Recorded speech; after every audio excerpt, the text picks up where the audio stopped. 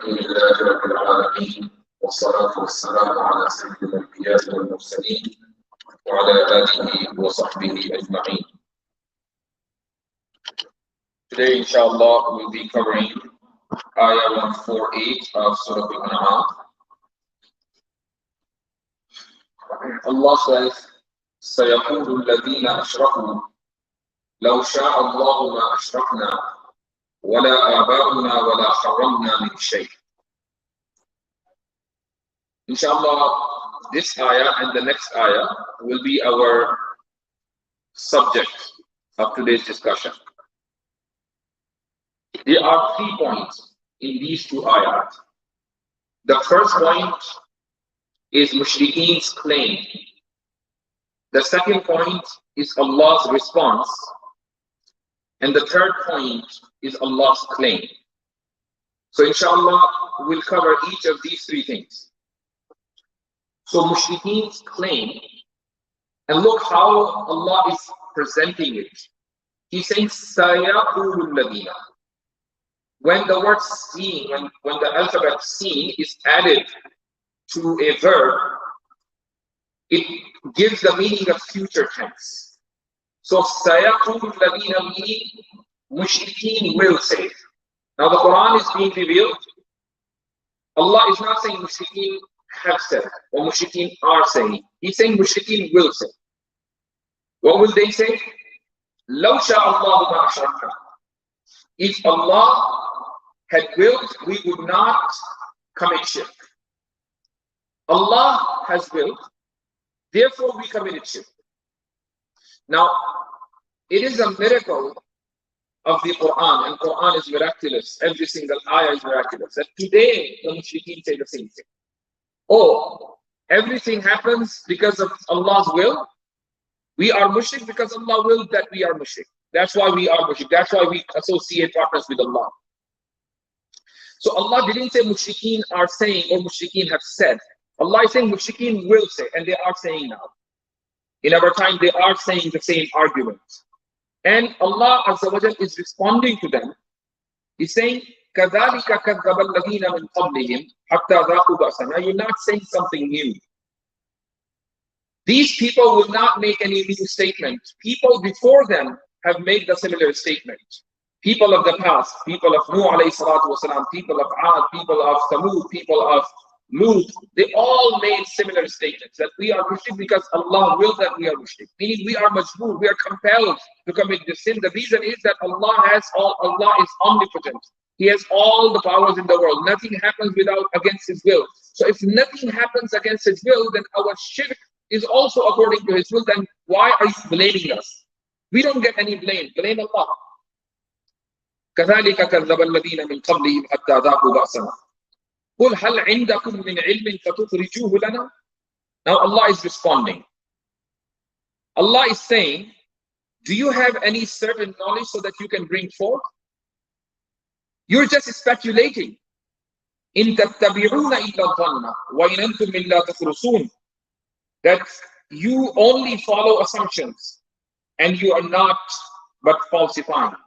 This is just your assumption. You think that since everything happens according to my will, therefore your shirk also happens because of my will. It is not true. That's your assumption. How come? Look, Allah Azza wa Jal created the entire universe, and in this universe there are a lot of living things. We also belong to the animal kingdom. But in this animal kingdom, we the only human being and jinn, both of us, these 2 species, we have ikhtiyar, we have willpower. Other animals don't have willpower, they have very limited choice. Whatever Allah has dictated, they have to do the same thing. They cannot go against Allah's dictation. For example, I gave this example the other day, honeybee. It's been doing the same thing since its creation. There is no evolution in its technique. It will go around to different flowers and then it will suck whatever it has to do and then it will come back with honey. It's been doing the same thing for ages, for generations. There will never be any evolution in this process. It has no choice. It has no choice to change this. But Allah Azza wa Jal has given us ikhtiyar. Ikhtiyar means willpower. So Allah subhanahu wa ta'ala's mashi'a. Mashi'a means irada. Irada means will. Allah's mashi'a and irada, His will, wanted us to have ikhtiyar, to have willpower. That's why we have willpower. So whatever we do, good or bad, it is by using our willpower, and our willpower is due to the mashi'a, due to the will and the mashi'a of Allah subhanahu wa ta'ala. So the animals do not have willpower because Allah wanted them not to have willpower, and we have willpower because Allah subhanahu wa ta'ala wanted us to have willpower. So whatever we do according to the mashi'a of Allah. And therefore, we cannot blame Allah subhanahu wa ta'ala for our wrongdoings, because whatever we do by our own will. But we got this will because Allah subhanahu wa ta'ala willed that we have to have this willpower. Therefore, we have it. So when mushrikeen say that, don't blame us, blame Allah, they're only speculating. They're only falsifying. They're only following their assumptions. They don't know the reality. The reality is that our willpower came from Allah. So we are unique in that sense, that we have willpower and we use it. Mushrik, when the word mushrik is used, usually we think that mushrik is an idol worshipper. True, mushrik is an idol worshipper. But mushrik is a broader term, and we talked about this the other day, but let me add one more point. In Surah Al-Jasiyah, Allah subhanahu wa ta'ala says, أَفَرَأَيْتَ مَنِ اتَّخَذَ إِلَهَهُ هَوَاهُ وَأَضَلَّهُ اللَّهُ عَلَى عِلْمٍ. Have you seen the one who made his desires his God? أَفَرَأَيْتَ مَنِ اتَّخَذَ إِلَهَهُ هَوَاهُ. So he is worshipping his desires. وَأَضَلَّهُ اللَّهُ عَلَى عِلْمٍ. Despite knowledge, Allah subhanahu wa ta'ala has misguided him. And then in the following ayah, He says that these people who deny Allah's existence and they made their desires their God, they say, مَا هِيَ إِلَّا حَيَاتُنَا الدُّنْيَا نَمُوتُ وَنَحْيَا. It is just worldly life. There is no life after this worldly life. نَمُوتُ وَنَحْيَا. We are born here, we will die here. And وَمَا يُهْلِكُنَا إِلَّا الدَّهْرُ is just a matter of time. Our time will be over, and we will be over. Our life is over. There is nothing after our life. وَمَا يُهْلِكُنَا إِلَّا الدَّهْرُ.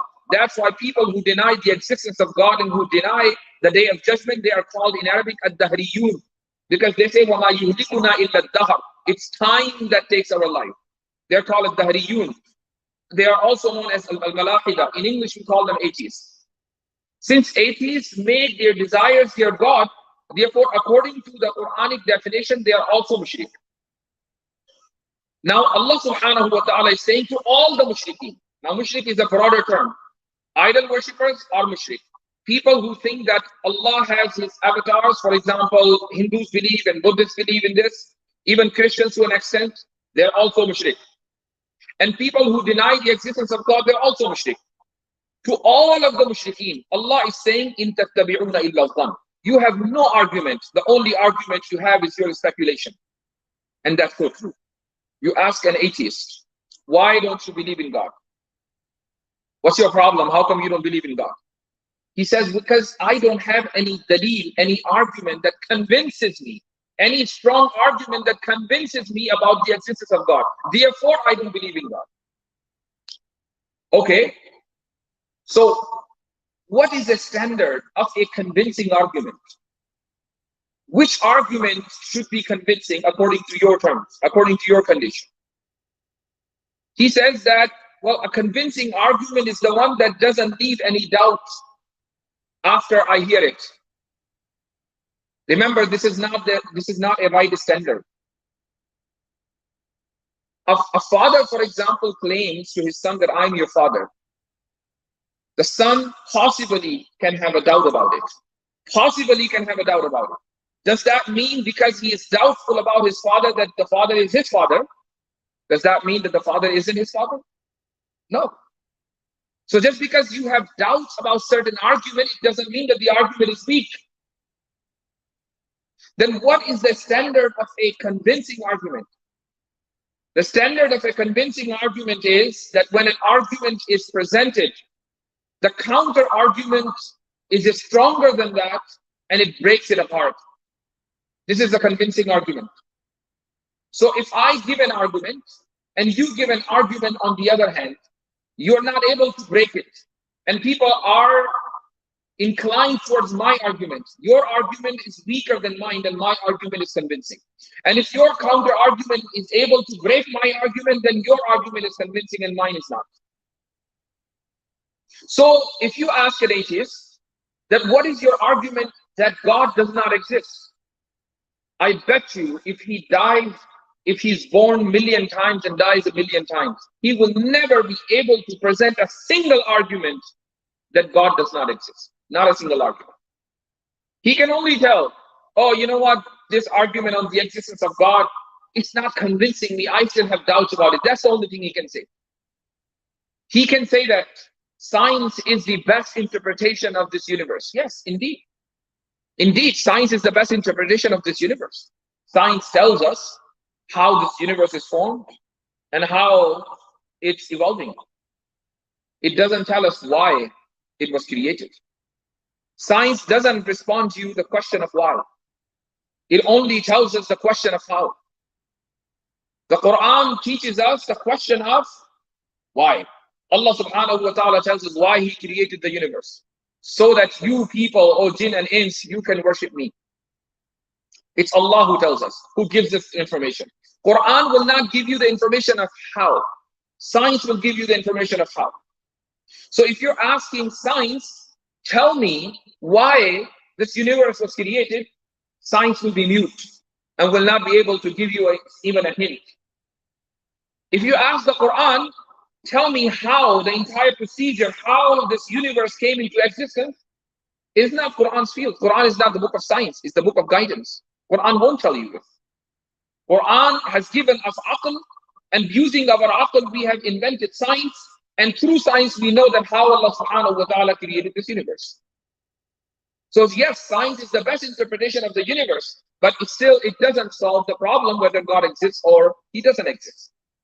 So those people who think since science is the best interpretation of the universe and therefore I don't have to believe in God, they only follow, there is speculation and they're only falsifying. Now Allah subhanahu wa ta'ala makes a claim. This is now a third point. Allah says, قُلْ فَلِلَّهِ الْحُجَّةُ الْبَالِغَةُ, that, O Muhammad sallallahu alayhi wa sallam, say that with Allah is the far-reaching argument. Allah has the compelling argument. Allah has the convincing argument. You don't have, because Allah's argument is super solid. You can't break it. Allah is making a claim. And the way how Quran works, Quran is not like any other ordinary book, that all the arguments on the existence of God are in one place. Chapter on the existence of God, and all the ayat related to that in one place. Chapter on Jahannam, and all the ayat related to Jahannam are in one place. That's not how Quran works. Quran's setup is totally different. Allah makes the claim here, قُلْ فَلِلَّهِ الْحُجَّةُ الْبَالِغَةُ. Allah has the compelling argument, convincing argument. But where is it? It's not here. It's somewhere else. It is in Surah Al-Nahl. Allah says, وَلِلَّهِ الْمَثَلُ الْأَعْلَى. 3 words. And it's a compelling argument. Only 3 words. Walillah, 1 word. Al-Mathal, 2nd word. And Al-A'la, 3rd. In 3 words, Allah subhanahu wa ta'ala present the best argument, commonsensical argument. Everybody can understand it, whether he is an educated or non-educated person. Allah subhanahu wa ta'ala has all the noble qualities. Allah has all the best qualities. Walillahi al-mathalu al-a'la. Now, how do we understand this argument? And I will also explain, and this is our honesty. And this is what I say whenever I debate with atheists. I say that, you know what, I'm giving you my argument and I will tell you how to break it. And I challenge you that you will never be able to break it. So we will also tell you how you can break it. There are 2 premises of this argument. Very easy. The first premise of the argument is that every lower being, every lower has a higher, has to have a higher. If it doesn't have a higher thing, it's not lower. It's a common sense. You cannot imagine us any lower thing that doesn't have a higher thing. Our existence is a lower existence. And the proof of that is that it has a beginning and it has an ending. Nobody can deny that. Any existence that has a beginning and ending is a lower existence. And if it is a lower existence, then there has to be a higher existence. The higher existence is the one that has no beginning and no ending. Since we are of lower existence, then there has to be a higher existence, and that higher existence who has no beginning and no ending is called God. Simple argument. وَلِلَّهِ الْمَثَلُ الْأَعْلَى. Then atheists will say after they, and let me tell you this. You want to break, anyone who wants to break this argument, he has to say that no, every lower does not have to have a higher.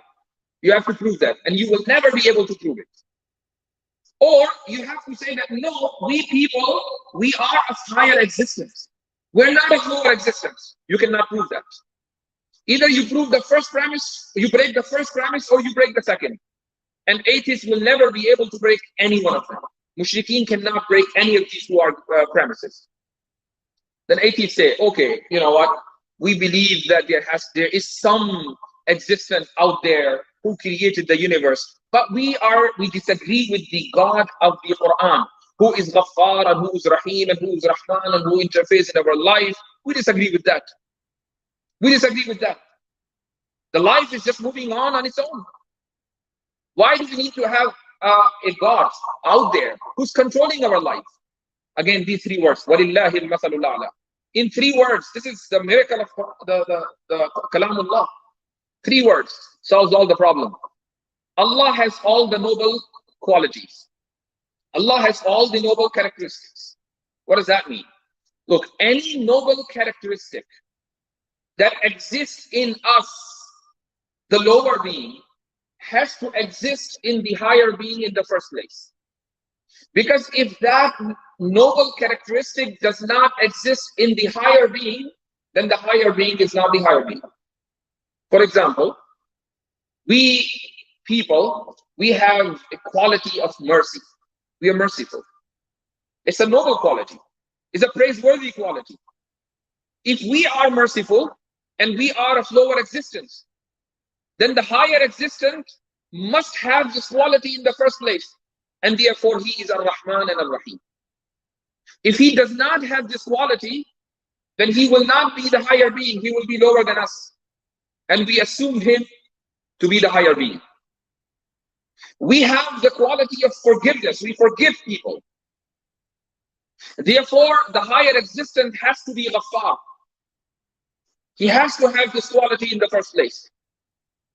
We establish justice, and when we do it, we are praised. Establishing justice is praiseworthy. Therefore, the higher being has to be Adl. He has to be Muntaqim. He has to be Qahhar. And he has to be Jabbar. All the qualities have to be there. How does the Quran introduce Allah? You know, there is an ayah of the Quran that we have to recite 113 times. In fact, 114 times when we recite the entire Quran. And that ayah is Bismillahir Rahmanir Rahim. 113 times at the beginning of each chapter, except Surah Al-Bara'ah. And 114th time in the 19th juz. Innahu min Sulaymana wa innahu Bismillahir Rahmanir Rahim. 114 times this ayah is recited. How does Allah subhanahu wa ta'ala introduce himself in this ayah? He Ar-Rahman, Ar-Rahim. So the God introduced by Allah's Islam has 2 major qualities, Ar-Rahman and Ar-Rahim. Therefore, people who deny the existence of God, they cannot never break this argument, and they have to believe in the Zat of Allah and the Sifat of Allah, the characteristics of Allah subhanahu wa ta'ala. This is what Allah is saying. وَلِلَّهِ الْحُجَّةُ الْبَالِغَةُ. Allah has a far-reaching, convincing, compelling argument. You can never break it. And then he says, فَلَوْ شَاءَ لَهَدَاكُمْ أَجْمَعِينَ. That if he has willed, he had given hidayah to all of you. But he rather chose to give you willpower. That's why you commit shirk or you believe in Allah, that is because you use your willpower. Look, Allah subhanahu wa ta'ala responded to the claim of the mushrikeen. Mushrikeen claimed initially, what did we say? Mushrikeen claimed initially that Allah willed, therefore we are mushrikeen. Allah is saying that no, Allah didn't will that you become mushrik. Allah willed that you had a choice, and because of your choice, you become mushrik. So that's your choice. You need to blame yourself. Don't blame Allah. وَلَوْ شَاءَ لَهَدَاكُمْ أَجْمَعِينَ. This is how we understand the Quran. Quran is not like any storytelling book where all the pieces of the information are in one place. It's you need to dive in this ocean to find out, to get the information. One piece of the information is in one surah, and the other piece of the information is in the other surah. Yet, no piece is disconnected.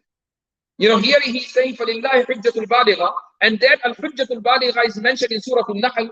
It doesn't mean that the ayah in Surah Al-Nahl, which is وَلِلَّهِ الْمَثَلُ الْأَعْلَى, is out of the place. It's totally disconnected. It should have been here. No, every single ayah is connected to each other. Yet, we see that the information is spread out throughout the Quran. This is why Quran is a miracle, living miracle, and it's kalam of Allah subhanahu wa ta'ala. I make dua that Allah subhanahu wa ta'ala give us tawfiq to follow the Quran and Sunnah and give us understanding of the Quran. Jazakumullah khairan, jazakumullah khairan.